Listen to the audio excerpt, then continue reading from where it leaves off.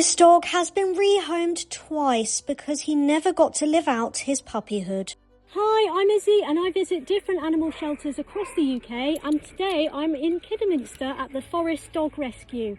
Now this shelter all started 40 years ago, and it was all started by a vet. He was absolutely sick of putting healthy dogs to sleep for no apparent reason, and at the time they had to use private boarding kennels, as I understand. Luckily in 2010 we were left a legacy by a David Davis who allowed us to purchase these kennels. We had to take out a loan and whatnot in order to do it, but that's how we purchased this beautiful site. Since then they've provided homes for so many dogs in need, and today we're going to be finding out some of their stories. The owners had died, they had no idea what to do with the dogs. It's a youngish dog, he's a young adult dog, probably never got to live his puppyhood at all. He actually was injured, he had a strain on one of his legs. He is still on site, but we have found him a home, which is lovely.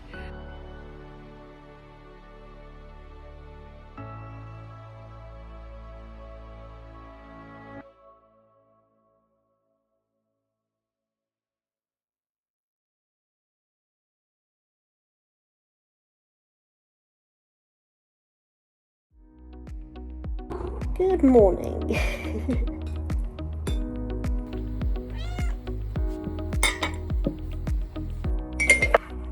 This is actually the furthest I've ever driven, I think, to film at a shelter, but I never want distance to determine where I film. No shelter is off limits. It's been a while since I've done a dog rescue. We need to finish getting ready as we have got a long drive ahead of us.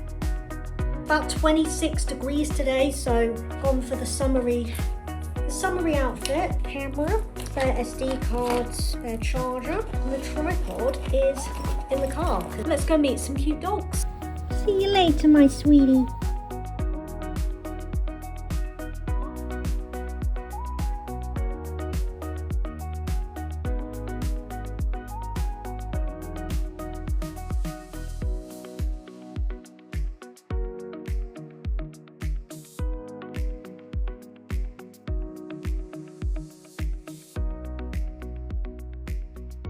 So we're in a heat wave right now, so we're not doing the talking with the dogs like what I'd normally do, but you will see them separately. But tell me about some of the stories of some of the dogs that you have here. We have two Labradors called Buddy and Millie, and I took the original phone call, actually. This was before I went on holiday, so it's probably been on holiday. And it was from a neighbour who had been going in to look after the dogs, but the owners had died. They had no idea what to do with the dogs. Obviously it's not something they couldn't take the dogs on because they already had a house full, bless them, of rescue dogs anyway. So our phone rang. That's classed for us as quite an emergency. So what we then do in that instance is we invite any dog up for an assessment. We will never take a dog in without an assessment because we have to look at the rehomability of the dog and also keep our staff safe and balance the characters that we've got in the kennels, because if we have too many high energy dogs in one block it can cause problems. So it's a bit of a balancing act. So we always say that we'd like to meet the dogs first.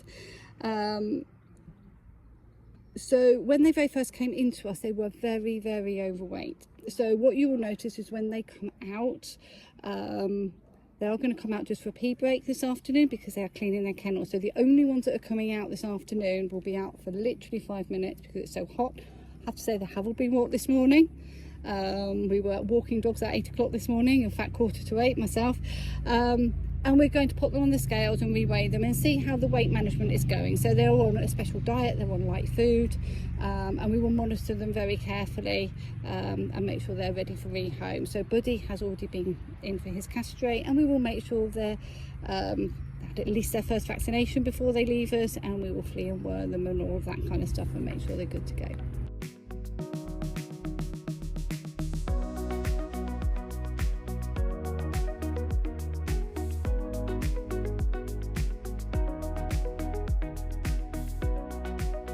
So next we have Bingo. Now poor Bingo. So he was originally a stray dog and he was not in these kennels. He was in another set of kennels and he was there for about a year, but they had no interest in him. So we said, okay, we'll give him a go. Let's give him a go. So we brought him in, and he's a bit exuberant. He's can get overexcited and all of that kind of thing. So we've done a lot of work with him, and actually we've got him to the point whereby, which you will see, he can walk beautifully on the lead. However, he can be very excitable. So we have rehomed him twice. Both times they've returned him within a couple of days because he has been too exuberant. But we pride ourselves here on giving any adopters all of the information on the dog. So people will get a video of the dog. They were shown how he can react when he's overstimulated, and they were also given tips on what to do about it. So nobody takes a dog from us without being given every piece of information we know about that dog. So sadly, he has now come back in, and it's purely because he's a youngish dog, he's a young adult dog, probably never got to live his puppyhood at all. Found himself in the stray environment, did his 7 days as a stray, stayed there for a year because they couldn't find anybody for him, came to us, and we've done so much work with him to bring him round and to make him a rehomable dog, and he is a rehomable dog. But sadly, what we do find is not everybody is prepared to take the time it needs. And depending on the dog, all dogs come with baggage, which people don't seem to understand, and some dogs take longer to settle, some dogs need very firm boundaries, and it didn't seem to matter what we told people with Bingo. Is the attitude is, oh, it'll be fine because I've dealt with this before, I've dealt with that before, and when it push comes to shove, actually 2 days is not long enough for a dog to settle. It can take months.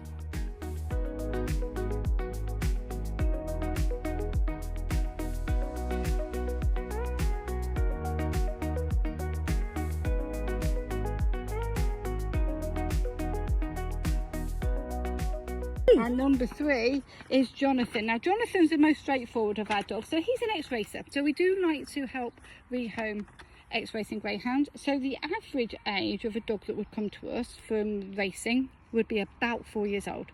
Usually their racing career comes to an end at around about 4 years old. Jonathan, however, is different. He's younger.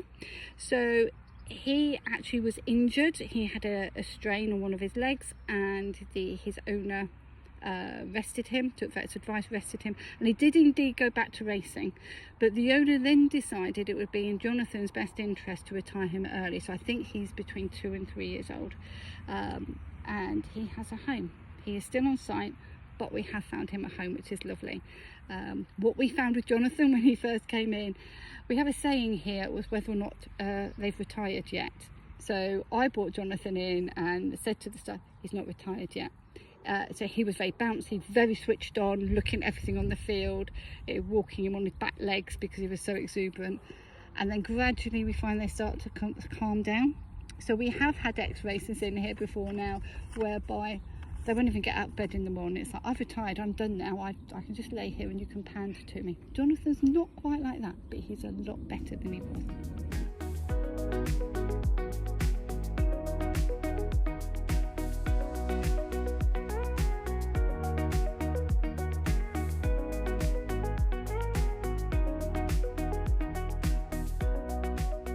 Yeah, just to summarise then, when people are adopting a dog, what is the one thing that you want to raise more awareness on? Think about what you're doing. Think about what you're taking on. Always look at a dog's temperament rather than what a dog looks like. Give that dog time to settle. Give the dog time. We would not be rehoming a dog if we genuinely didn't think that dog was rehomable. But some dogs can take a week. Some dogs go home and it's like they've always been here. But other dogs can take months to settle. Listen to what we say, take on board what we say, and go into it with your eyes wide open. I think that sometimes people think it's a really honourable thing to be rescuing a dog and giving a dog another chance, but it's not always straightforward. A lot of the time it is, but not always, and people really need to bear that in mind.